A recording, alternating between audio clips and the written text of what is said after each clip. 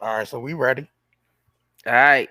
So, what's up, Curry Gang? We got a special guest on the show for y'all today. A North Philly native, the Prince of Pan Africanism, psychologist, community activist, Dr. Umar Johnson. Ifan Tunde. Did I pronounce that right? Ifan Tunde? Absolutely. Yes, All sir. right. Yeah, I mean, Mr. Hit the Cash App Brothers and Sisters himself. You know what What's I'm up? saying? What's up? What's up? Good to have you on, brother. Good to have you Glad to on. be with you. Peace and Pan Africanism. Peace of Pan Africanism. You know what I'm saying? All right, now we seen you going viral all over the place lately since your Breakfast Club interview, as well as your interview with Charlemagne. You know what I'm saying? You quite controversial and one of the most sought after when it comes to solving problems in the black community.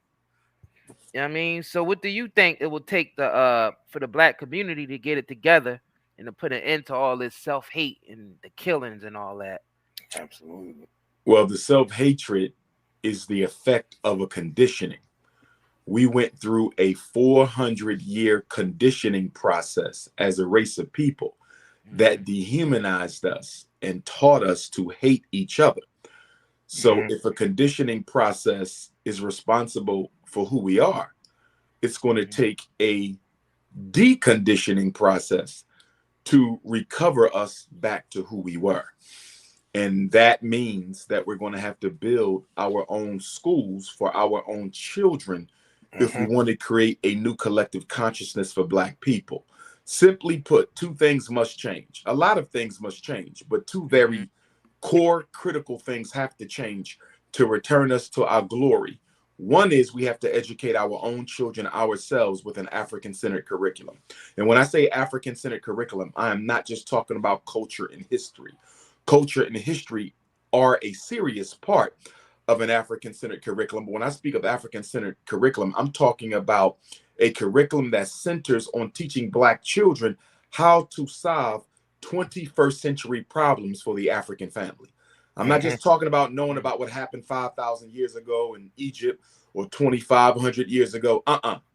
How do you solve problems for Black people right here and right now, Mm-hmm. politically, All economically, right. socially, spiritually, culturally, and otherwise? So when I speak of an African centered education, I'm talking about an education that is filled with solutions for Black people who are living on the planet Earth now. I want to be very clear Absolutely. about that. Hmm. So that's one thing you got to do. You got to educate your own children. The other thing you got to do is you have to economically empower your own people. We don't talk enough Absolutely. about this. We're Absolutely. the only race, the only community in this country that does not offer economic opportunities to its own people. Chinese offer opportunities to Chinese people. East Indians offer opportunities to East Indians, Native Americans, Latinos, Jews, Anglo Saxons, everybody, Arabs, everybody can offer economic opportunities to their own people. We don't. And the Hmm. reason we don't is most of us work for the white power structure. So we're not in a position to offer economic opportunities to Black people because we ourselves are so busy looking for an economic. Oh, he went out. He went out. He went out. Yep. I think you lost connection, brother Umar. What happened? Can y'all still hear me? Yeah, we can still hear you now. All right, there you Okay, go. You back. Yeah, Yep. all no right, we can problem. hear you. I don't know. Yeah. Yes, sir. Yeah, I'm gonna have to change my number. I like the community having my number so people can reach me Right. when they need me. But you get these buffoons and these coons who will just Absolutely. call your phone all day long, playing on it because they don't have no life, and Right. so we Mm-hmm. run into that. But to my point, we have to start giving jobs to Black children. And we have to start helping Black adults start their own businesses. It's hard to be proud to be Black when being Black doesn't come with benefits. See, I being agree. Chinese Mm. comes with benefits. Being Jewish comes with Hmm. benefits. Being an Arab comes with economic benefits. You can access opportunities from your own community. And Black you know people what's can't do crazy that. though? You know what's crazy though, Dr. Umar? You know those communities also get support from America itself. Which if we went to go get a business loan or something like that, it don't pan out for us like it do them. Shoot, foreigners get better opportunities. That's They true. do. That is very much true. But let me speak to another issue that we're Hmm. missing on this. You're totally correct. That's one side. Let's go to the other side.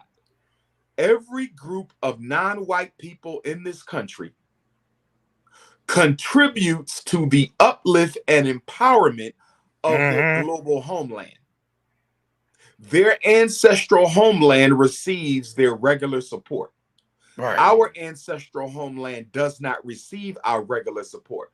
Yeah, we're So disconnected. a lot of these non-white ethnic communities, they don't all get loans from the United States. Many of them are able to access a line of credit from their native homeland.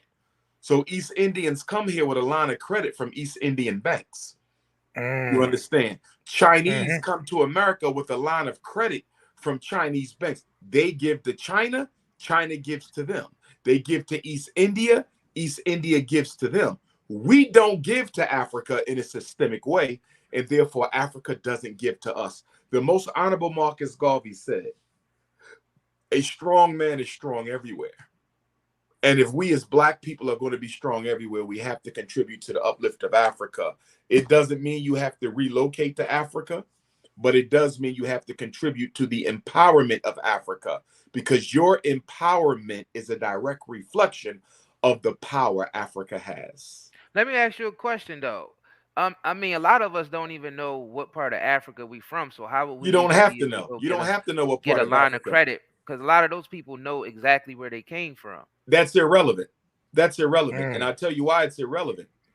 Because it doesn't matter what part of Africa you came from. The issue is that you are African. Those of us who are the descendants of Africans who were stolen abroad are a conglomeration of various ethnic kingdoms from Africa. You understand? So we are a pan-African people. That is the kingdom we belong to. We have Zulu in us. We have Yoruba in us. We have Igbo in us. We have Wolof in us. We have Kemet in us. We have Congo in us. We have Namibia. We have it all because they stole our ancestors from every different place. So you're not going to find one place you come from, because your blood is a conglomeration of the blood of various African kingdoms. So for me, I have no interest in doing my ancestry, because I know whatever they tell me I come from, I'm so much more than that, because every ancestor I have is a conglomeration of DNA of different ancestors from different places and different kingdoms and different ethnicities and different periods of time throughout Africa. So you have 4 grandparents, you have 8 great-grandparents, you have 16 great-great-grandparents, you have 32 great-great-great-grandparents, you have 108 5 times great-grandparents, and every generation you go back. So trying to wiggle that down to one person is impossible, or one kingdom is impossible, because we are more than that. So I don't think it matters where you come from. Adopt whatever kingdom you want to be a part of. If you have an affinity with the Zulu people, they will accept you. If you have an affinity with the Yoruba people, they will accept you. If you have an affinity with the Congolese people, they will accept you. So I don't think we need to focus on that. The issue is being African. Understand, even with the 54 nations in Africa, those identities that they have as nation states are a creation of the white power structure of the 1900s. When someone says, I'm Nigerian, there's no Nigeria before independence. There's no Ghana. There's no Togo or Benin before independence. So even with the names of the countries in Africa, they are a recent phenomenon. So we don't need to focus on the superficial aspects of where we come from and where we were. Let's focus on the eternal and spiritual aspect of being one African people. So what about the brothers and sisters that say that a lot of us are Native Americans and we That's already an been absolute here? well, it depends on their definition of Native American. So for example, if you say, Dr. Umar, my people were already here, we came from Africa well before the slave trade began. We came from Africa well before the East Indians came across the Bering Strait.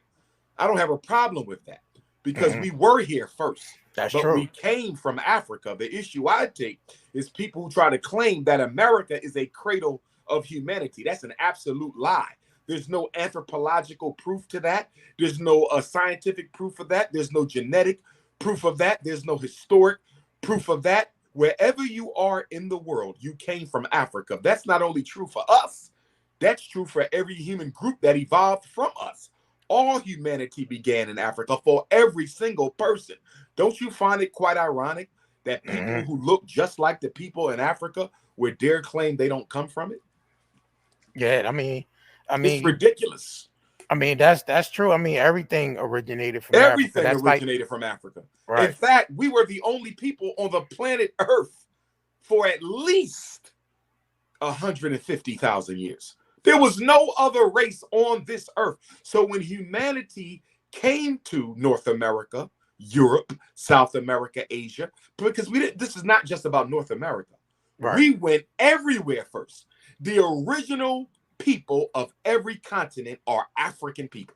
Yeah, because if you look over in Thailand, you see dark Thailand Of people. You see course. dark Japanese. Of You know what I'm saying? course. You see dark Palestinians. Like We are the original everywhere. man and woman of the planet We Earth. We are the Definitely. first people to circumnavigate the globe. So the fact that people we say we gotta were understand. already here, that's not a problem. It's Yeah. when they deny their Africanity that it becomes a problem. But that's Right. that's an easy fix because Right. all you got to do is roll up your sleeve and take a DNA test, and they'll tell you whether you're African or not. So people who wanted to, we don't. This is no longer a philosophical debate because there are scientific ways that you can verify whether you come from Africa or not. But so how will we identify ourselves as a nation where you have the Chinese identified as a nation in this country. You have Jewish people identified as a nation in this country. Why haven't we got ourselves to the point where we are being identified as a nation in this Because we don't country? want to be identified as a nation. Black people want to be accepted by white people. Mm, We're not interested in any type of self-determination at all. Why do you think there's no black agenda? right. Black people don't want no black agenda. And this is why when we come to the reparations issue, I take issue with Negroes who don't want to be black, don't want to be from Africa, but they want reparations as a result of slavery. Right. Most of whom belong to a religion that doesn't even allow them to honor their ancestors, but you want reparations for your ancestors' pain. Let me ask you a question. So, do you feel like it's time for our community to stop blaming the government and the white man for all our problems and start being more accountable for our own Mm, actions, as far as falling into the same traps that we know that's there? We talked about them for decades, over and over again, but it seems like we just keep falling into the same traps. I mhm. don't think those two things are mutually exclusive, gentlemen. And what I mean by that is simply this. I have no problem with somebody indicting the United States government for crimes against African people in this country and around the world for that matter. I Right. don't see any, I am not evading my responsibility when I say the miseducation of African children was started by the white power structure. I'm not evading my accountability when I say mass incarceration of black males is an agenda of the white power structure. I'm not evading my responsibility when I say that the underemployment of black men in this country, that it has 50% of the black men in almost every major city unemployed, that was engineered deliberately by the white Mhm. power structure to turn black men into a population of criminals. I can say all of that and turn right around and tell you that none of those problems are going to be solved by white people. All of those Hmm. problems have to be solved Yeah. by black people. So the Absolutely. point that I'm making, you can lay the blame at the feet of the white power structure because that's where it belongs. Mhm. They Hmm. are the orchestrators of those problems. But in the same vein, I will tell you that solving those problems is 100% the responsibility of black men and women. So I Mhm. don't think those two, some people feel that if you blame the government for causing the problem, you're trying to make the government responsible for the solution. I'm not of that mindset. Got you. I Got you. know Right. the white man is not going to solve any of my problems. So I will Hell no. 100% blame him for the problems, and I will hold black men 100% responsible for not solving them. Yeah, on Okay. this channel, we always talk about self sustainability. That's it. Our community need to learn how to just do things on our own, separate of the system. Like for example, when the COVID stuff happened, people couldn't even wipe their own butt without the system because it was a shortage on toilet paper. Mhm. Like that just goes to show you how dependent everyone is. Not even just the black community, but everyone is on the system. Right. Yes, I totally agree with you. I'll sum it up in a Marcus Garvey quote. The Honorable Marcus Garvey said, "A people, any race, dependent upon another people for their survival, sooner or later dies." I just came back from speaking in Aruba this past weekend. Shout out to the brothers and sisters in Aruba. Shout And out I to learned Aruba. in Aruba that, which is a Dutch kingdom, or should I say Dutch colony, I learned in Aruba that 90% of the supermarkets are owned by the Chinese. Dang. You know what that Wow. means? If the Chinese decide to stop bringing food to black people in Aruba, they starve to Yeah, death. starve. Yep. It's no Wow. different here. It's no different in America. That's true. Most of the food in the black community is brought into the black community by non-black people, whether they're That's true. Arabs or Chinese Mm-hmm. or white grocers. If they decided to stop bringing food, we would die. Dang. And we are comfortable. And right now, we're out shopping, buying Christmas gifts. How can the people who don't even provide food for themselves can be out buying Louis and Gucci and Mercedes? How? I agree with you. You know I agree how? with you on that. Because we suffer from an infant's mentality. Black people are stuck in development. We never fully matured as responsible adults. Slavery and racism prevented us from being fully functioning independent people. That's why we can't operate as a nation, because we have never been allowed to for so long. And now that we can, if we could, we don't want to. This ties into our next question. Do you feel like reality TV shows are psyops against our people? Like, you know, the Love and Hip Hops, the Bad Wife Housewives of Atlanta, and the stuff that basically got our minds capturing that paradigm of just reality TV shows. And What's drama. your thoughts on that? Yup, drama. Mindless drama. And basically popularizing being toxic. Oh, for sure. And guess what? Black people love it. That's true. Because our whole culture is based on conflict with one another. Our whole culture. The whole gangster rap community functions on conflict. You don't even sell music if you don't have an enemy. That's true. Exactly. Black men love conflict. Yep. We've been saying that for the longest. Absolutely. And the reality show, the job of the reality show is to destroy the positive image of black women in the world. And the goal of gangster rap is to destroy the positive image of black men in the world. And as they destroy the image of the black woman before the black boy and the image of the black man through gangster rap before the black girl, they are promoting interracial relationships and same-sex relationships for our children. We are in the midst of a very sophisticated social engineering experiment that seeks to turn every black boy or girl against their own community in preference for someone of another race, be they of the same gender or the opposite gender. They want the extermination of the black family, and they are engineering our children in order to achieve that end. And this was started during the presidency of Barack Obama, and it was totally accepted, condoned, and tolerated by black people. We never pushed back against Barack Obama's agenda to homosexualize our children, and now we're suffering from the side effects from it. We got a old clip of you that we played on our channel before, and we want you to give us some context. And if you still feel this way, we're gonna play the clip for you right now. The thug energy, anger. Thug energy is normally anger and pain. That's all it is. I know, because I do therapy with them thugs. And once they see I ain't scared of them, then we can have a conversation. And fellas, I want to be clear now. When we go back to take over the community, because we're going to have to do it, gentlemen, you can't expect the cops to fix this, because they started it. But I want to be clear. And I know some of us love our children, but some of our children are so far gone that we're going to have to put some of them to sleep in order to take back the neighborhood. Some of y'all don't want to hear that because you don't live in reality.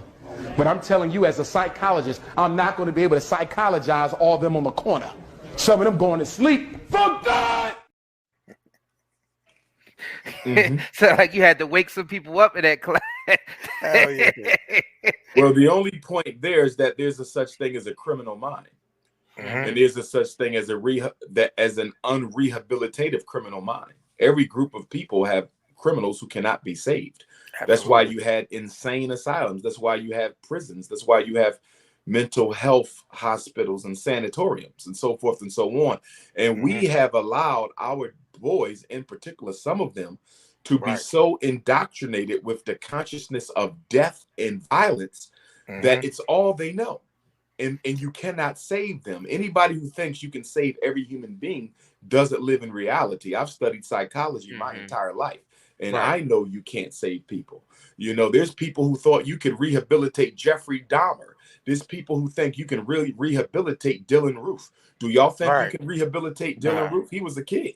Exactly. Okay. Can you rehabilitate? Of course you can. And we also have Black young men who cannot be rehabilitated. It's just the reality. And when you go to take back the community, some of them are going to try to kill you, and you may have to kill them. Yeah, that's a fact. That's a fact. It's just a reality. That's all I said. And of course, the enemies of Dr. Umar, they take my words out of context and things like that and try to create that. But I'm not worrying about that. Right. Like we understood exactly what you were saying, because this actually ties into what they supposed to be starting in Chicago January 1st, 2023, the Safety Act. Have you heard about that? Yes, I did, where certain crimes will go unpunished. Yeah.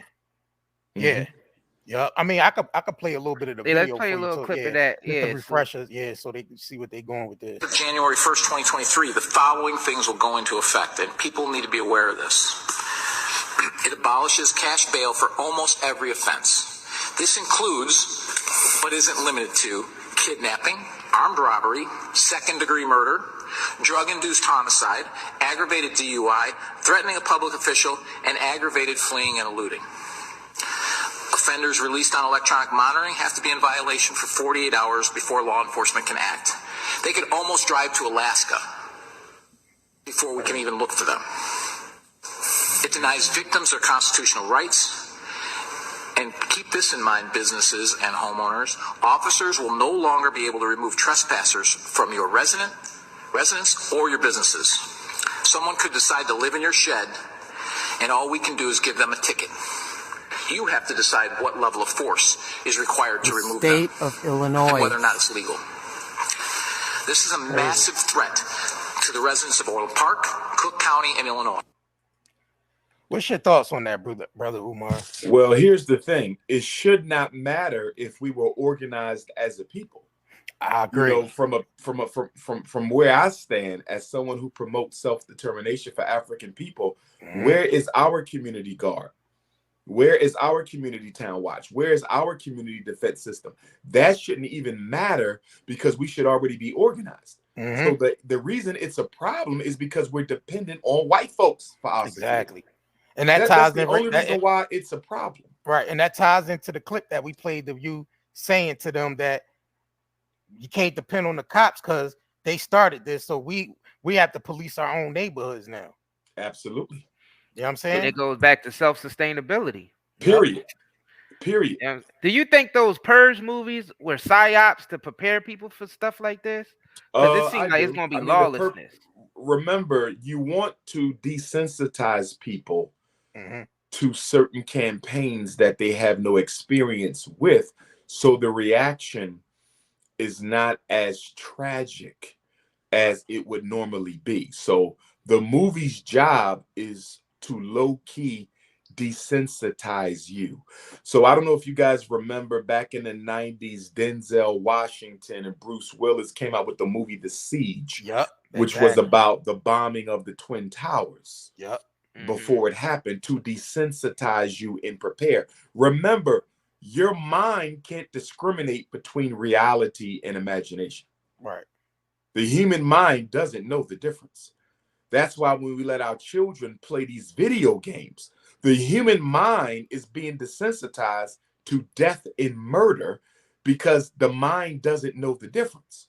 So that's why why the government always rolls out movies to desensitize the public before they actually do something to it. Before AIDS came out, there was movies that showed that there would be biological agents that would cause Right. death. Even before COVID, there was Right. movies that kind of hinted to what would happen. You need to low-key desensitize people to these things. Just like gangster rap Mm-hmm. desensitizes people to violence against blacks. And that ties into, basically people pulling out their cell phones when someone get murdered. It's easy for the people to pull out their cell phones and record it before even calling, the paramedics. Absolutely. They don't intervene, they just tape it. Yeah, and post it right to the internet. Right. Internalized racism Right. is second only to white racism as the biggest problem that we have. There's white racism, and then there's internalized racism as the second biggest problem that we have. Mm-hmm. Could you explain that? Internalized racism? Internalized racism is simply the indoctrination, the conditioning into the unconscious, the collective unconscious of black people, those beliefs that white people hold against us. White people taught us that black skin was ugly. White people taught us that, green eyes were beautiful. White people taught us that big lips and big nose was unattractive. We use a white standard for almost everything we do as a race. That's true. From where we live to how we dress to who we date, how we educate our children. We function on a European standard of expectation and operation. We are all European robots to a greater extent or another. And until you re-Africanize black people, we will remain dark-skinned Europeans. Right. You got the next. Yeah, I mean, I seen you been going viral lately about this the controversial views on polygamy versus monogamy. Now I noticed the comments have been mixed about your pro polygamous stance. Could you explain to our subscribers why you think polygamy is a solution for our community, and how would that even work, especially in the black community where jealousy and envy are king? Jealousy and envy, it reigns in our community. Well, the issue is not whether or not we should be polygamous. We already are. So first of all, we need to understand that. Okay, men already have one woman. So this is nothing new. We already have it. It's already in effect. Everybody knows it. The only issue is whether men want to keep denying that they have more than one woman, and whether or not women want to keep denying that they are not alone in their relationship with that man. That's all this is about. It's about whether we want to be honest about this. It's not about religion. It's not about morals. It's not about personal preference. It's about the survival of the black community. You don't have enough able-bodied black men to go around. Between homosexuality, transgenderism, mass incarceration, mental illness, black fratricide, you don't have enough men. I think in Philadelphia, I think the ratio was something like 1 to 5, I think it is. One black man to every black woman. So sociologically, that's a disaster if you plan to promote monogamy. That's why there is no monogamy. I want to be clear when I say this. There is no monogamy in any society on the planet Earth, regardless of race, where women outnumber men.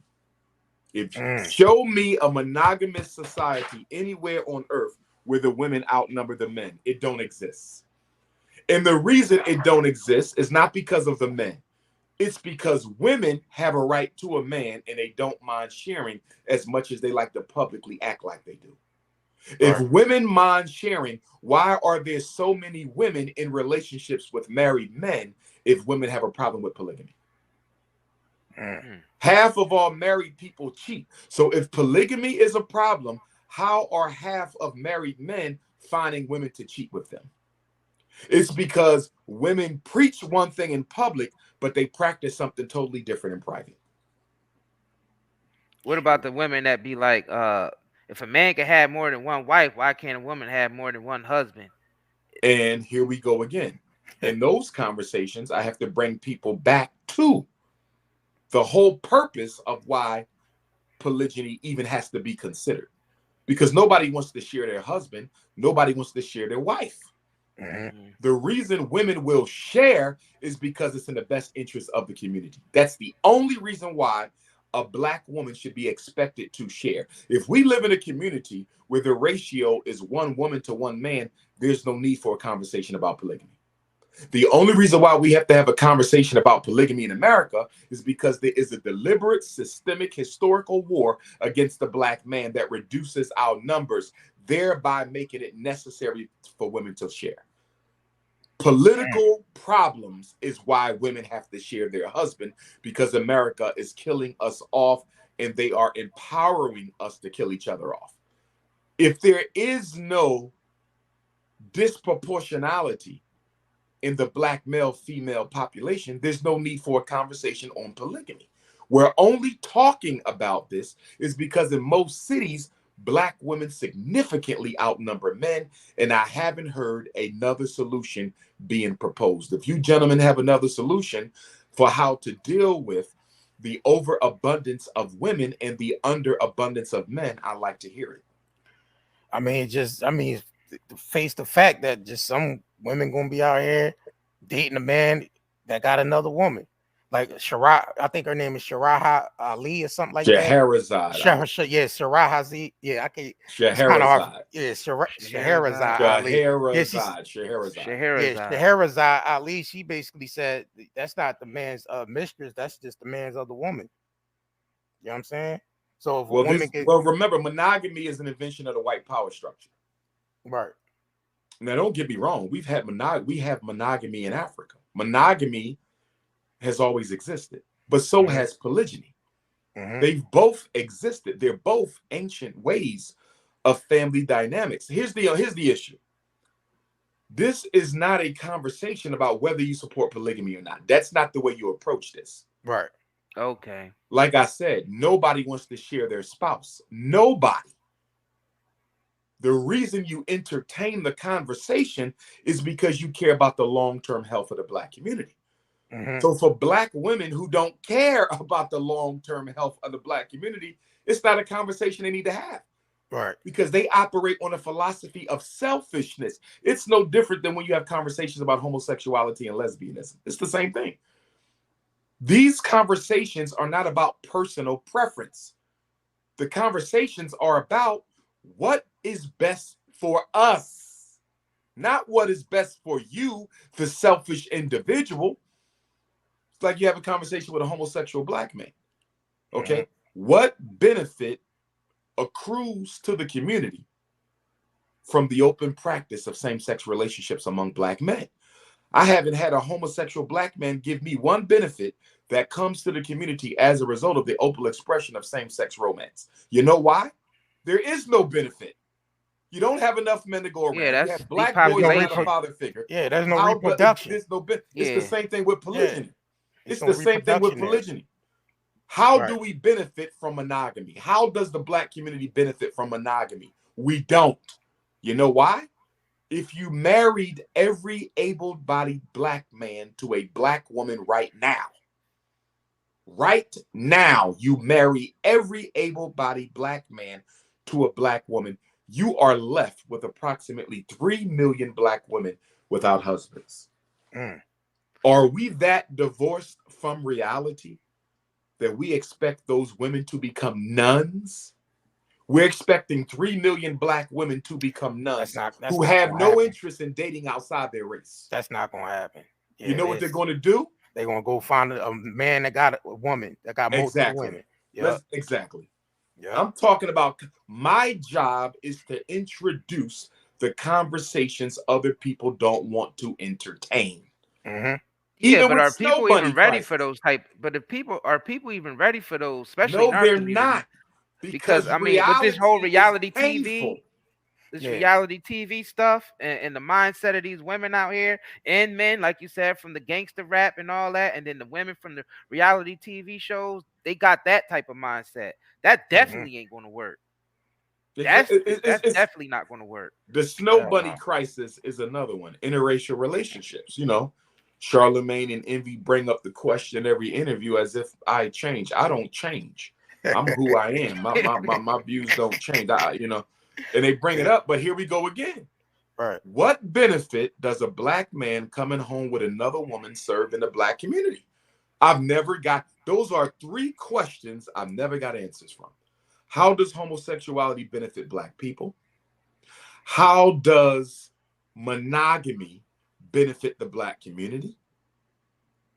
And how does black men dating out the race benefit? So you have to understand, I'm a political pragmatist. So anything we talk about, I'm going to ask you one question. It's the same question. How does this benefit the black community?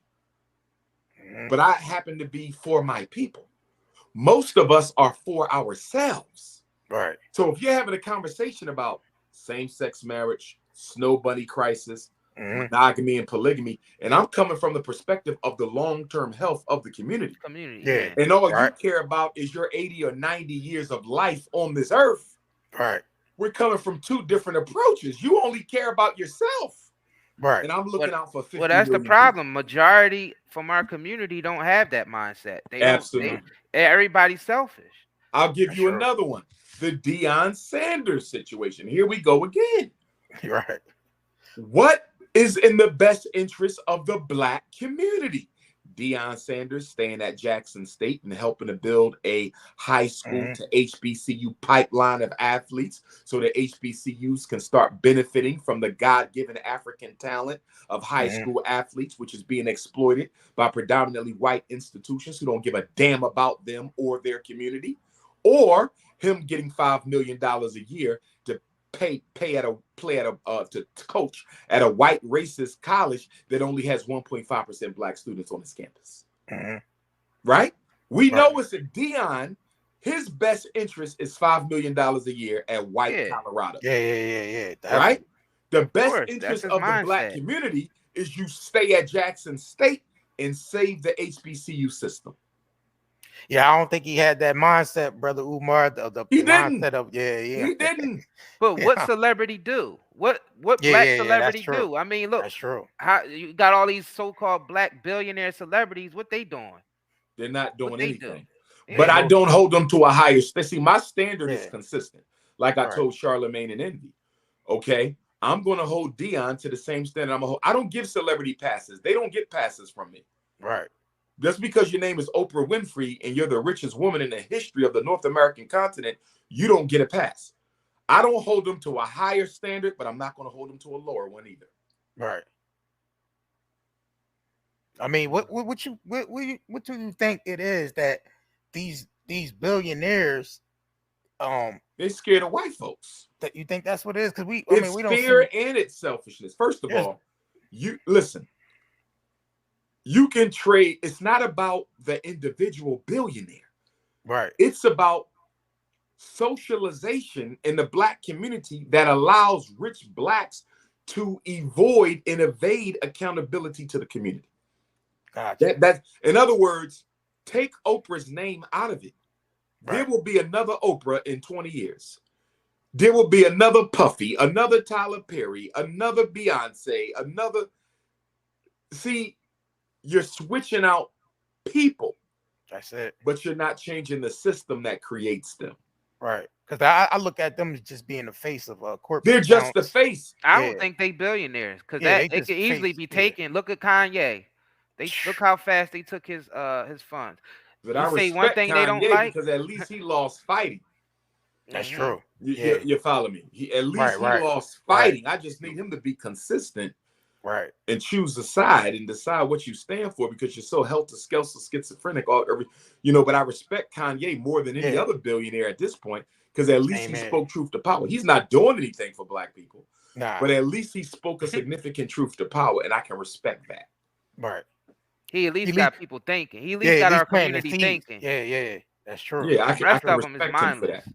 Yeah, the rest of those Kanye so-called is not in billionaires are love with mindless. money, and he might be the first billionaire I've seen in my life, black, who's not in love with money. Yeah, you could tell just by the way he dressed. He's not in love with money. That's That's a he's hell an of a artist. combination That's when you 'cause he's have an somebody artist. who got the money who's not even in love with the money. That's power. Kanye's because more he's into a real art. artist. Yeah, he's a See, real he's artist. different. Yeah. And you realize he's really focused on his art, like and his. Yeah, I guess he cut from a fashion. different cloth. Yeah, he's Right. cut from a different cloth. He is an artist for the sake of art, not for the sake of income. Exactly. Right. That's what separates him from the rest of them. And Yeah, artists, they have to, they all about self-expression. You know what I'm saying? Even Exactly. though Kanye's truth might not be all of our truths, but it's his truth and he's sticking to it. So yeah, you gotta respect him for that. Right. Yeah, I mean, it's not his mindset ain't controlled by the white supremacist system or the European system, as you like to call it. Yes. You know what I'm Yes. saying? So I also got another question for another quick clip to play for you, and I want to ask what you think when you heard this. And if you have a problem figuring out whether you're for me or Trump, and you ain't black. I didn't hear him. I didn't hear him. And if you have a problem figuring out whether you're for me or Trump, and you ain't black. Oh. Yeah. This guy. Yeah. If you don't vote for me, you ain't black. And then after you vote for me, I'm going to ignore all blacks. Right. But we didn't give him a consequence. We still ran out and went crazy for the Democrats. Right. And we're going to keep on doing. Black people don't learn. And one of our biggest problems is we let the black bourgeoisie dictate our political agenda. The black bourgeoisie doesn't have any interest in the black community. They only use black people for their own selfish gain and access to the power structure. What do you think about Kanye running 2024 against Trump and Biden? What you think about Kanye running? I like to see his agenda. Yeah. Because to me, Kanye is a multiculturalist. I like to see his agenda. I mean, he could still be a multiculturalist and do some progressive things for black people, but I like to see what's on the agenda. Right. Because you didn't marry a black woman, you know, so I want to see what's on the agenda. And I mean, do you think, I mean, why are we still partaking in these right-wing, left-wing elections? You know what I'm saying? Because we want to be a part of white people and we want to be, let me be very clear about something. It's not benefiting us. If there was never segregation, I don't think there would have ever been a Black Wall Street. If white people never forced us to do something for ourselves, there may have never been a Black Wall Street. Black people want to be with white people. We want to live with them. We want to marry them. They have convinced us that they are essential for our survival. Until you remove that psychological imbalance from the Negro thought process, we are never free. See, we need psychological emancipation. Black people need psychological emancipation. That's why this conversation about reparations to me is so dysfunctionally disingenuous, because you're talking about people who have not been psychologically emancipated, and you're going to give them money to fix their psychologically enslaved people can't solve their problem. All we're going to do is give it back to Prada, Gucci, absolutely, Balenciaga, Mercedes. You know what I'm saying? Absolutely. We're going to get that and right that's back exactly to them. why I said what I said when I said that this generation of Black people should not be the ones responsible for the distribution of our ancestors' restitution. We have done nothing as a race these 22 years of the 21st century that would qualify us, in my humble opinion, to be responsible for taking over such an important responsibility as the proper use of the reparations that we receive on behalf of our ancestors. We don't even if they gave that. us land, even if they gave us land, we wouldn't know what to do with it. Most Most of of us us don't land, even know how to plant our own Black food people or will anything. walk off that land. Yep. Most Black people will walk off that land. They don't want nothing Black. We don't want nothing all Black. We don't want nothing all Black. And that's why I said we should not get reparations until we have a more politically, economically, socially, and culturally responsible generation of Black people. We don't have that. And now that ties into you trying to get the school up and running, because I heard you, you know, some of your curriculums is trying to teach that. You know what I'm saying? So, well, we're not trying to do it. I mean, where we do it? Yeah, we're going. Yeah, we're at the finish line at this point. We just got our electrical inspection today, so we passed that. You know, so we just got to get the plumbing piece done and the HVAC piece done, and we right at the finish line for those. You know, hopefully, if all goes well, we in the middle of December now. So we up against time, but I'm hoping that we can get our certificate of occupancy sometime next week so we can have the grand opening community celebration in February. Okay. Okay, cool. That's what we're looking at. And when we're open, we will be the first school of its type in the history of this country. No other school in the history of this country was purchased, renovated, and operated with donations from Africans on every continent. It's never been done. Right. This is an all black money school. Only black money built this school. No white bank loans, no white philanthropist handouts, no government grants. Totally black donations from black people all over the world. That has never been done in the history of America. So what about the schools in Tulsa and all that? Was those were black built schools based off of black finances? They were, but we would have to look into them a whole lot more. I would agree. Yeah. I would agree. But I would say that those schools were not built with black people's donations from all over the world. Right. They were built with black people's community money in America. The Frederick Douglass Marcus Garvey Academy was built by black people all over the world. Got you. All right, so I wanted to get into this Brittany Griner situation. Now, there's been a lot of controversy around this Brittany Griner situation, and I mean, from the looks of things, I mean, I don't even know if this is really important, but a lot of people feel like that's a man being paraded around, and the LBG community is actually using her as a political, basically a political agenda to push that. Right. What's your thoughts on that? Well, from what I've seen and read, and I've never seen her genitals, but I believe she's a biological woman. Okay. I believe she's a biological woman. I'm glad she's home because what they did to her was wrong. Yeah, that was You know, a lot of white people are angry because Brittany Griner took a stand against police brutality, and she stayed in the locker room when she was in the WNBA several years back in protest against police brutality. So a lot of white people wanted her to stay over there and rot in that Russian jail. And I think, you know, that goes a long way towards teaching black athletes what white people really feel about you. They only love you while you are parroting the narrative. Right. But the minute you decide to step out and speak up for your people, they don't love you no more. LeBron James knows this. This is why he's very careful with his words. Kaepernick, because LeBron Kyrie. James knows they will destroy you overnight. You step out of line with them white folks. Now, you Kyrie, are never free. That's true. You are never free. You see the same thing with TJ Holmes in the Good Morning America situation. Yeah. How you gonna give her job back and not give him his back? And then you have all the Negro coons talking about, well, you know, he was sleeping with more than one woman. You know how many white men are sleeping with more than one woman on the job in Hollywood and in sports? Same thing with Ime Udoka. We're going to put his name out there, but we're never going to tell people who the married white woman was. She gets a pass because she's a white woman.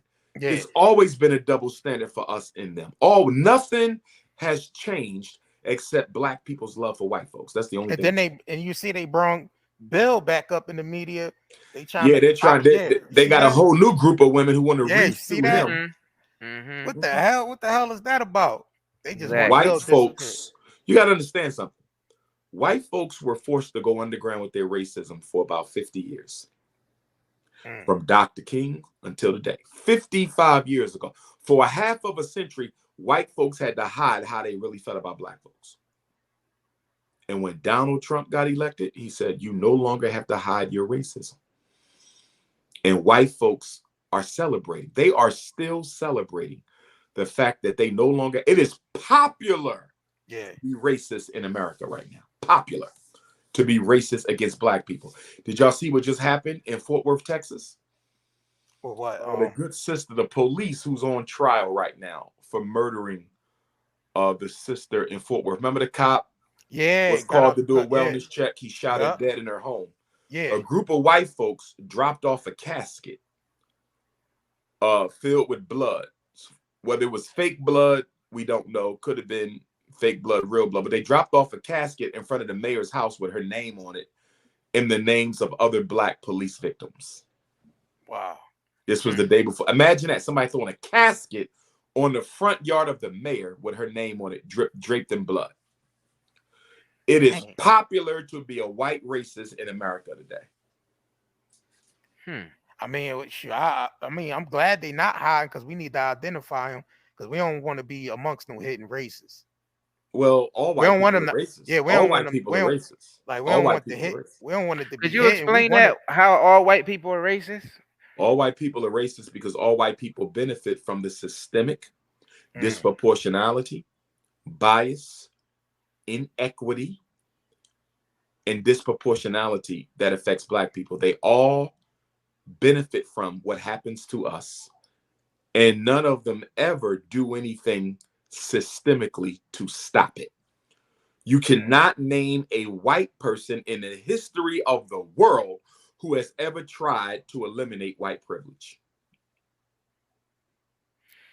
All Majority of white them don't people even are the realize don't even recipients of exist. the benefits of slavery. All white people are the recipients of the benefit of miseducation. All white people are the benefits, the recipients of the benefits of mass incarceration. Everything that they do to Black people, white people benefit from because it eliminates you as someone they must compete with. Mm. And if you know of a white person who has ever led a movement to eliminate the white privilege they benefit from vis-a-vis your oppression, I want to know who that white person is. I can't think of any off here. I Yeah, mean, to tell you the truth, majority of them probably don't even realize this. Not No, even they realize conscious it. of it. They realize it. Like They the realize average it. day-to-day white person walking the street. They absolutely realize it. And I'll tell you how I know this. They've done polls. I remember USA Today, I think, did a poll many years back. And they asked white people, what would it take for you to trade places in American society as a Black person? Even if we give you as a Black person the same benefits you have now as a white person. In other words, your same college degrees, your same job, I all think of I that. seen that. I know what you're Jane talking Elliott. about. You Jane But you're going Elliott. to be Black. White folks said, hell no. Yeah. I And they think said, Jane why Yeah, I Elliott. not? You're seen going to that. have, are you going to, they said, even when you control for education, even when you control for income, even when you control for two-parent families, even when you control for wealth, even when you control for all that, Black people still got it 50 times worse than us. If white people are, if they are unaware of how racism impacts Black people, why would they still be unwilling to spend some time in your skin? Mm. Because they know how they treat you. They know what's said about you when you're not around. White people know how bad Black people have it because they have to participate in it. Racism would fall apart tomorrow if all white people didn't participate in it. There's no white person who does not participate in racism, even if they speak against racism. What's your thoughts on the whole Balenciaga pedo ad scandal? You feel I like didn't know what's more going should have on with been that. done? I've seen it, but I haven't. They basically Balenciaga released the ad and it showed like some child holding a teddy bear that had like some 50 Shades of Grey type of ordeal going, and they actually had some pedophile type documents on the table, something like where a pedophile was released or something, or something about pedophilia, and it was Listen, promoted on this ad. let me say this. I don't know as much about the Balenciaga situation, but I tell you this. You have a lot of pedophiles amongst the financial elite in this world. Mm-hmm. You have a lot of pedophiles amongst the financial elite of this world. It is a pebble in their shoe that sex with children is still considered a high crime. Financial elite run this world, not democracy. And because of that, they need pedophilia normalized. Right. First of all, let's look at this. It already has been to a large extent, but because they love small children, they need the laws to go further than they already have. So right now, in most states in this country, 16 is the age of sexual majority, right? Not 18. So they can touch the 16-year-olds, but that's not good enough because for most of the pedophile rings, they need children between the ages of 7 and 12. Right. They like 7. They like the fresh child. Right.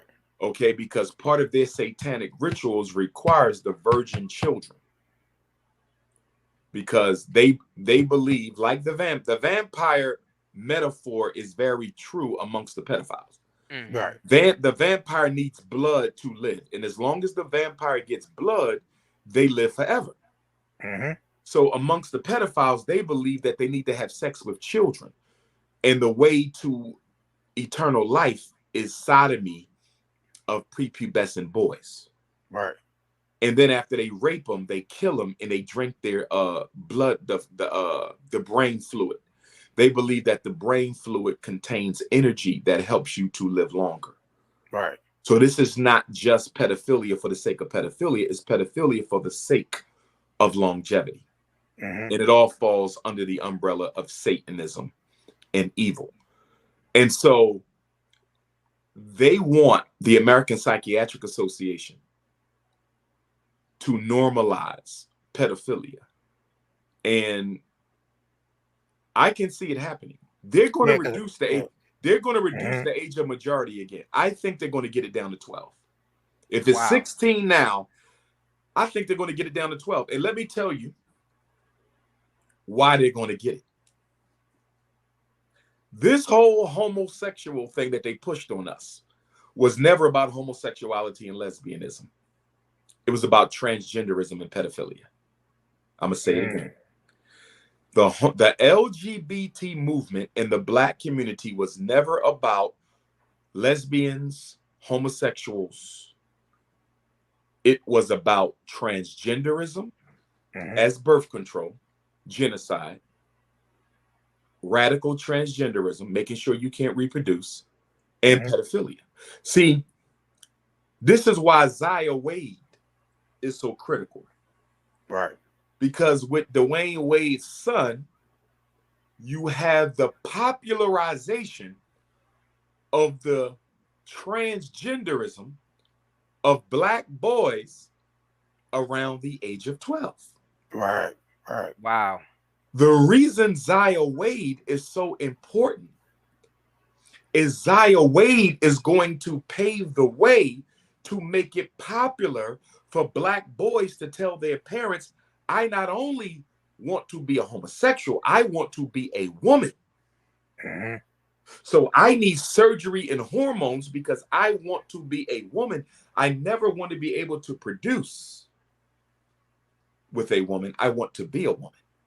Right. See, a homosexual can still have kids. Facts. A lesbian can still have kids. A radical transgender who underwent surgery to change their genitalia can't have kids no more. Right. They don't want homosexuality because you can still have kids. Genocide dictates you cannot reproduce. Transgenders, radical transgenderism, the total removal and replacement of your God-given reproductive system is what the white power structure. Exactly. Yep. So it's depopulation at the end of the day. And here's the hook, gentlemen. Here's the hook for pedophilia. If Dwayne Wade and Gabrielle Union and Zaya Wade can get the world to say it's perfectly normal for 12-year-old Black boys to get transgender surgery. If a 12-year-old Black boy can be allowed to decide he wants to be a woman right now, why can't that same 12-year-old Black boy decide he want to have sex with grown men right now also? Right. Wow. Do you see what just happened? Yeah. If a 12-year-old is old enough to make a permanent life-altering decision in the case of sex surgery, doesn't that also follow? Yep. If he's old enough to know he wants Agenda. to be a woman, isn't he old enough to know he wants to have sex with a grown man? Dang. This was never about homosexuality. This was about pedophilia. Wow. Wow. I never even looked at it that way. Hell no. That's crazy. Zaya Wade is a social experiment that the white power structure is riding. They're looking for others, though.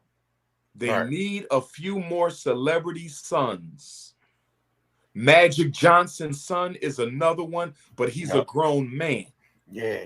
They need him Zaya's age. Right. They still recruiting some more because it ain't going to be difficult to push this on white children because Europeans already have a history of this type of sexual this type of sexual culture. It grew out of their culture. Right. The Greeks and the Romans gave birth to this. So it's not hard to push it on the white community. I'm not saying all white people agree with it because they don't. The religious left don't agree with this. Okay. But, or should I say the religious right? Religious right. Yeah. Religious right. Yeah. You know, but it's more natural when your people have a history of a certain type of a system. It's easier to push it over because your whole cultural and intellectual heritage was born from it. We don't have that type of history. There's no record of homosexuality at all prior to the contact with white folks, and definitely transgenderism. Right. That's ridiculous, especially for children. Now, grown folks, I don't agree with it, but this is America. You can do what you want. Okay, let the grown folks do what they want.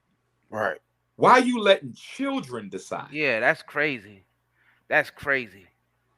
And that's why Zaya Wade, I believe Zaya Wade is being financed. Yeah, he's the golden child. He's the golden child. He's being financed. And this is why Gabrielle and Dwayne, I don't know this to be true, but I believe that they are being fined. They're getting money to do this. Well, the mother is against it. Listen. I can't tell you how many black parents have reached out to me this calendar year, which ends in 2 weeks, but I can't tell you how many black parents have reached out to me and said, Dr. Umar, my son came home today and said he wants to be a woman. What? My daughter came home today. She wants to be a boy. I'm hearing this from even revolutionary parents.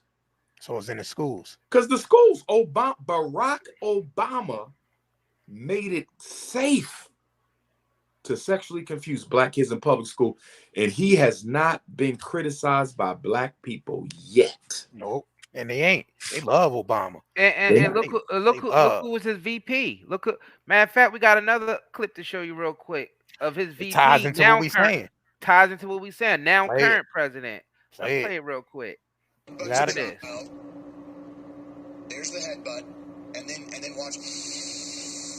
Takes a deep breath. Watch this. Closes his eyes. It's a sexual experience for Joe. Goes in for the headbutt.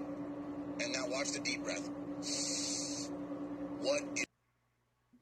There you go. Right I ain't surprised. I ain't surprised at all.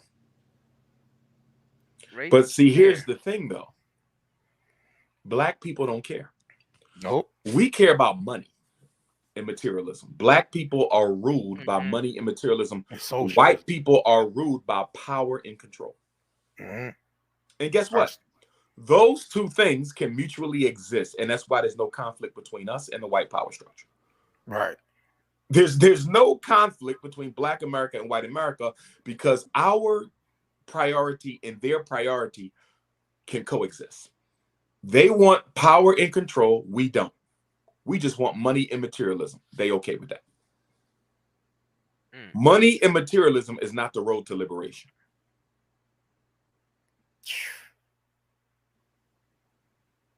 Until there is a psychological revolution, you change nothing else about Black people.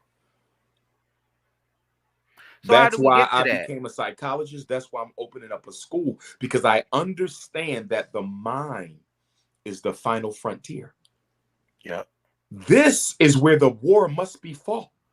If there is no enemy within, no enemy without can be victorious.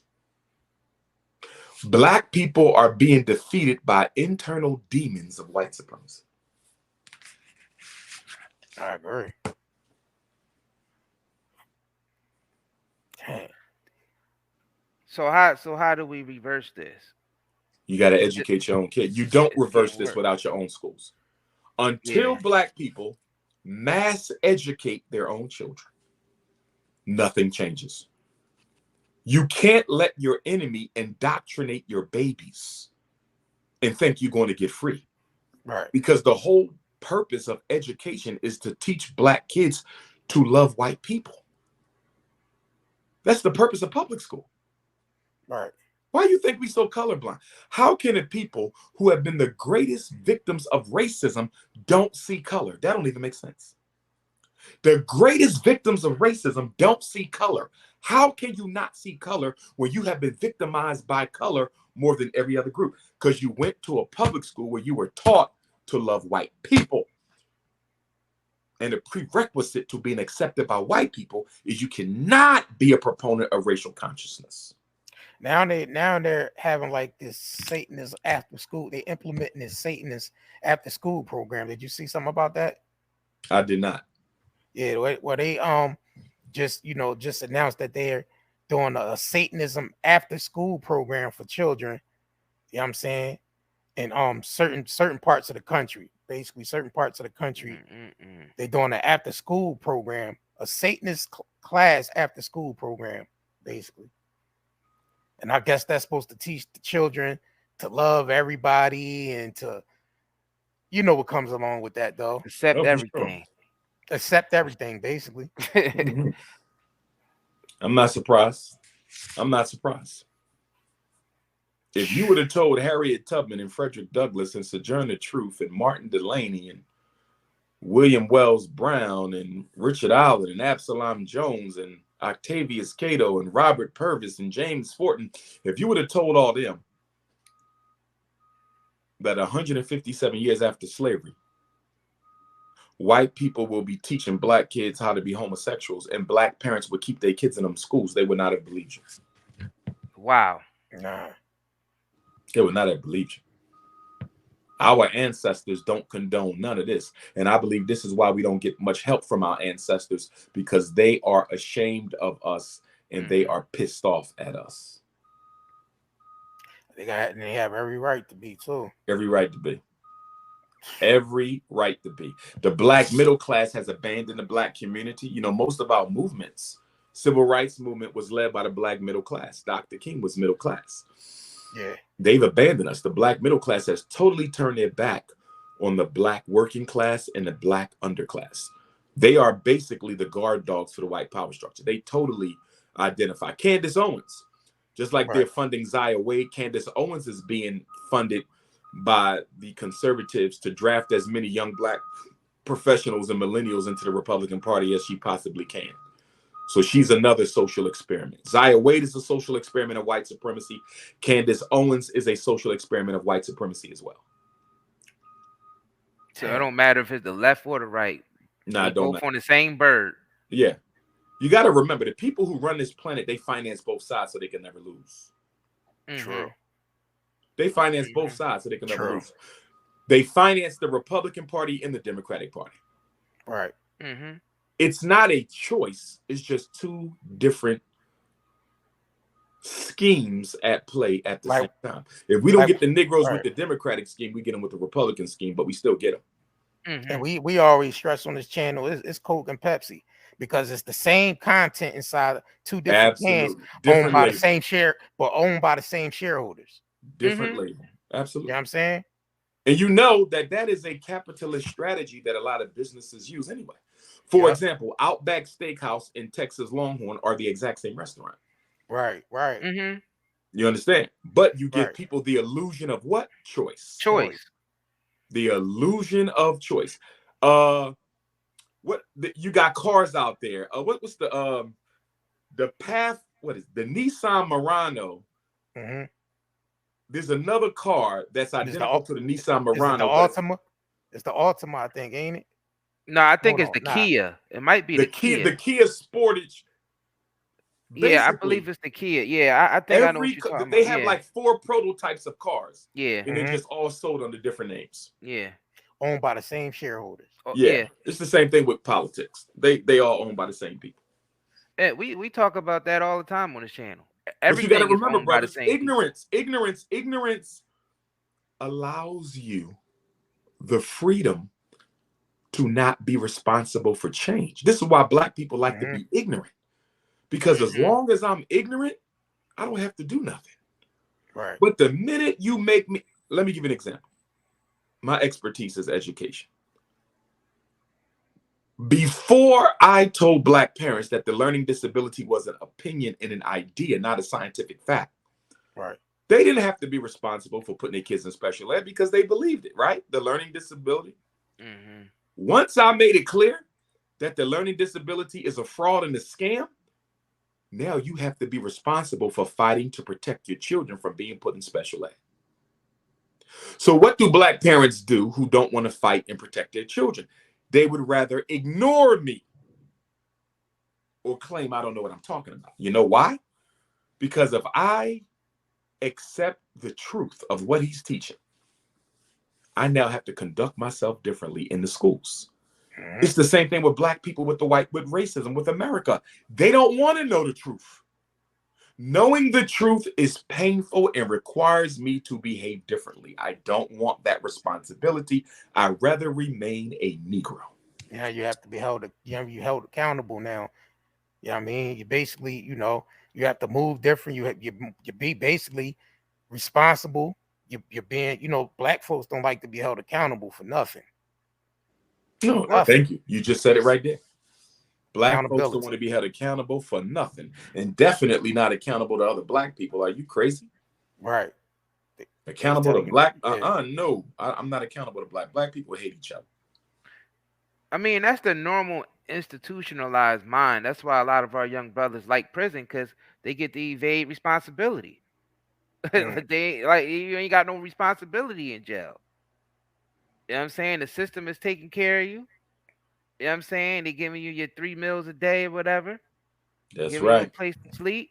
And you feel like, In many respects, Black America is a large prison with invisible bars. yep. Mhm. Yep. It's a large prison with invisible bars. We are a concentration camp of 50 million. Mhm. Mm-hmm. But we are controlled by invisible barbed wire. We can't see the barbed wire. Nah. See, TJ Holmes messing with Amy, he came too close to the barbed wire. He got shot. Bill Cosby messing with them white girls. I don't think he did nothing wrong. They wanted those drugs, so he gave it to them. He didn't take advantage of nobody. But he got too close to the barbed wire trying to buy a major network. NBC. Kyrie Irving tweeting that Hebrews the Negro. He got too close to the barbed wire. Whenever you get too close to the barbed wire, Prince, Michael Jackson, Kobe Bryant, trying to start a sneaker company to compete with Nike, Negro, that's too close to the barbed wire. We got the electrocute you. We got the electrocute you. That's when they find out that they're not really billionaires. That's when they find out they don't really own anything. Absolutely. How can you say that? How can you say they don't really own nothing? You know how you can say that? I'm worth $2 billion, hypothetically, because I'm not.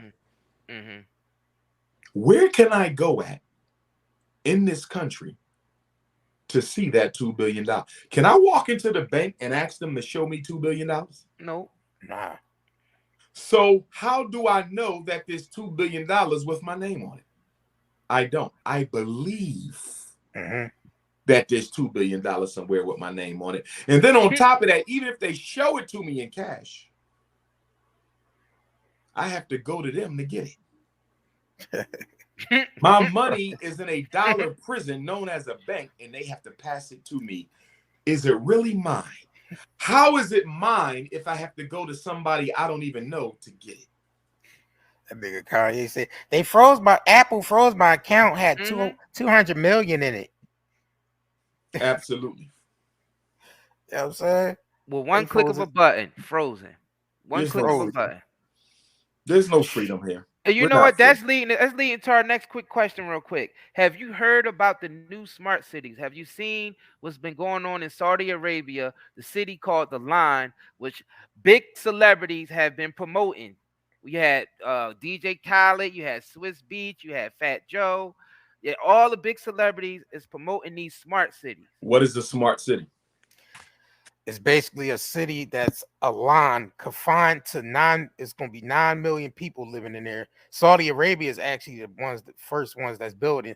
They forced all the natives out the land that lived there, killed some of them, imprisoned some of them, moved them out the way, Now they starting the reproduction. Now it's like a city with a straight line city, no cars, all digital city, mirrors on both sides of the city. It's like big reflection mirrors. You know what I'm saying? So basically, the city is like transparent. You're even barely even going to see it in the middle of the desert. And they forcing 9 million people to live there.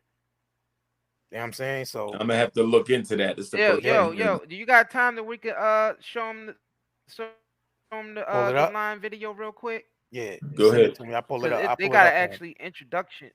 Yeah, it's like a short clip, like a minute clip. Yeah, this is joint. I pull it up. Yeah, this is insane. This is insane because this has always been their blueprint. Cashless. You gotta remember, now you know that's a problem right there. Cashless. Yeah. That's Once they go to 100%. cashless society, you can never operate off the grid again. Finance that's dangerous. You know what the cashless society does? It prevents the growth of any revolutionary movements. There would have never been a Black Panther Party if there was a cashless society. There would have never been a Nation of Islam, a Garvey movement, a Black Liberation Army. You cannot raise money, purchase guns, and prepare for revolution if every financial transaction you make registers with the government. Once they go cashless, there's no more grassroots struggle. Right. Because you can't operate off the grid financially anymore. Once they do that, that basically spells the end of any revolutionary movements. Wow. Because you can't operate without money, without their supervision. Crypto, which is why I'm not a big fan of cryptocurrency. Crypto is a trap. It might be okay for you personally, but I'm saying in terms of Black America, digital currency, when you don't own the internet, that they can freeze and shut down at any minute, that's a disaster waiting to happen. And they linking that to the blockchain, and it's like it's a disaster waiting to happen. Now, mind you, this is not just for Saudi Arabia. They planning on rolling these out globally, and there's many different designs. This is just one design of a smart city. One design. Let's play it for him so he can see. Too long, humanity has existed within dysfunctional and polluted cities that ignore nature. Now, a revolution in civilization is taking place. Imagine a traditional city and consolidating its footprint, designing to protect and enhance nature. The line will be home to 9 million residents and will be built with a footprint of just 34 square kilometers. And we are designing it to provide a healthier, more sustainable quality of life. The line's communities are organized in 3 dimensions. Residents have access to all their daily needs within 5-minute walk neighborhoods. And the line's infrastructure makes it possible to travel end to end in 20 minutes with no need for cars, resulting in 0 carbon emissions. By leveraging AI technology, services are autonomous, saving you time and effort. Designed by world-leading architects, the line is 500 meters tall, 200 meters wide, 170 kilometers long, and housed within an elegant mirror glass facade. Intelligent solutions create efficiency and year-round temperate microclimate with natural ventilation. Energy and water supplies are 100% renewable. The line is designed as a series of unique communities, offering a wealth of amenities, providing equitable views and immediate access to the surrounding nature. With 40% of the world accessible within 6 hours, at the heart of the globe's key trade routes, a place for commerce and communities to thrive like nothing on earth seen before. The line, the city that delivers new wonders for the world. Where do we fit in this, Dr. Umar? Where do we fit in this? The end of it's the end of privacy. What they're gambling on, this is a social experiment. What they're gambling on is people are willing to give up their freedom and their privacy for the technological sophistication and assumed quality of life that society will give them. What the video was a very nice way of disguising the end of freedom and privacy for individuals. There's no more privacy, individual privacy. There's no Wow. confidentiality at all. Your life will be viewed by everybody. So they basically, and they also using the brother Akon to build one in Africa. Yeah, that's the Chinese. They're using Akon Yeah. to front their conquest of Africa. If they're giving him $1 billion, imagine how much they expect to make. Well, they building one of these smart cities there. So expect to see one of those in Africa head up by Akon, who's really funded by the Chinese, like you said. Yeah, he a Chinese puppet. I don't think he meant well, though. Excuse me. I think Akon meant well. He's just not politically educated. So for him, he don't realize that you're not bringing Africa opportunity. You're bringing them slavery. Right. He don't see it because they're financing them. You know, that smart city is a prison. That's obvious. That's it's a prison. Yeah. And what are the two things you lose in prison? Freedom and privacy. Yep. Yeah, I'm guaranteed it's cashless, and you're gonna have a chip to operate everything. Yeah, everything's listening to you, watching you. Everything. From your dishwasher to your refrigerator. It probably had the ability to lock you right into your home, into your unit. Yeah, because what you gonna do with everything? What you gonna do about prisons? You can't get out. Yeah, you can't get out. They're not gonna build a prison in there, so the only way out is a body bag. Yeah. And I'll go a step further. Black people will love that. It looks so modern and techie, like the video game. Institutionalized mind. And then once they get us in there, they then start subjecting you to mandatory vaccinations.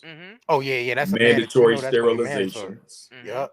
And 100 years later, you'll start seeing research talk about how everybody who went to the damn what kind of city they call it? The smart city. The smart city. Half of them end up sterilized or dead. Yeah.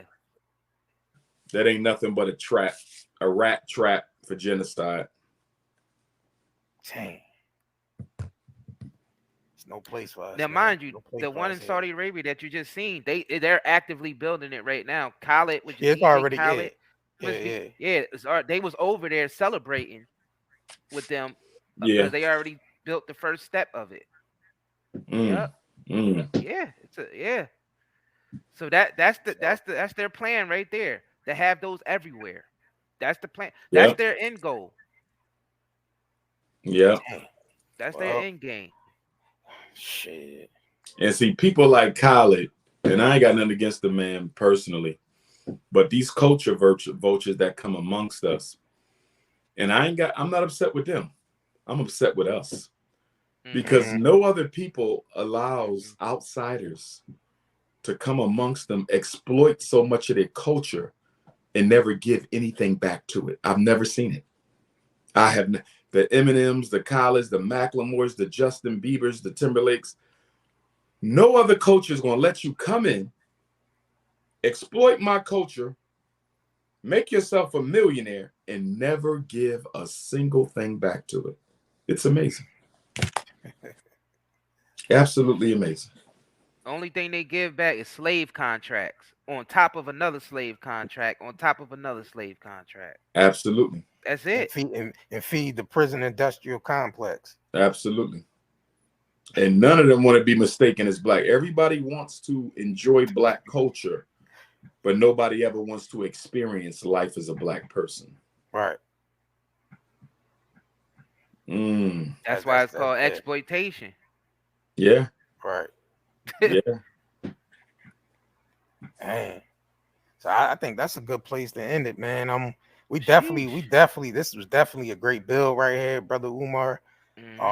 We definitely want to have you back on. Yeah, I mean, this was definitely a powerful that's really a powerful thing right here. So very powerful. I felt like we all learned a lot on this bill.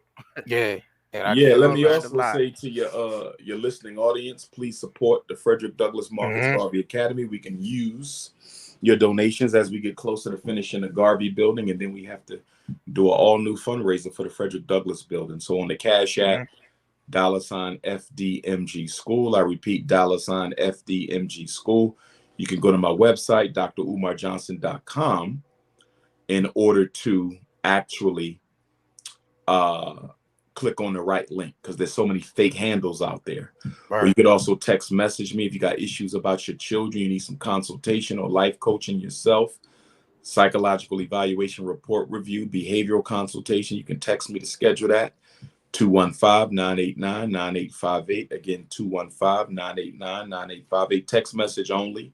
I don't answer phone calls if I don't know who you are. Just send me a text message. PayPal for FDMG donations, paypal.me/FDMG Academy. That's paypal.me/FDMG Academy. You can also mail your check or money orders payable to FDMG. That information is on the website. You can also text me for it. I'll be in Tampa, Florida this Friday the 16th, speaking at 7 o'clock. Oh.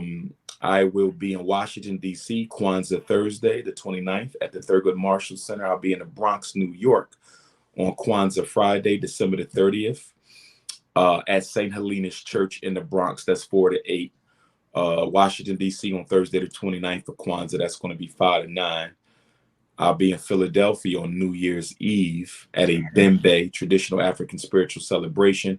And I'll be starting off my new year in West Africa. I've been invited to speak at the University of Ghana on January the 3rd. So that's how the new year will start. That's dope. So y'all can go support Brother Umar, you know what I'm saying? Dr. Umar Johnson. Definitely support him in his school. Hit the Cash App, brothers and sisters. Hit the PayPal. You know what I'm saying? Exactly.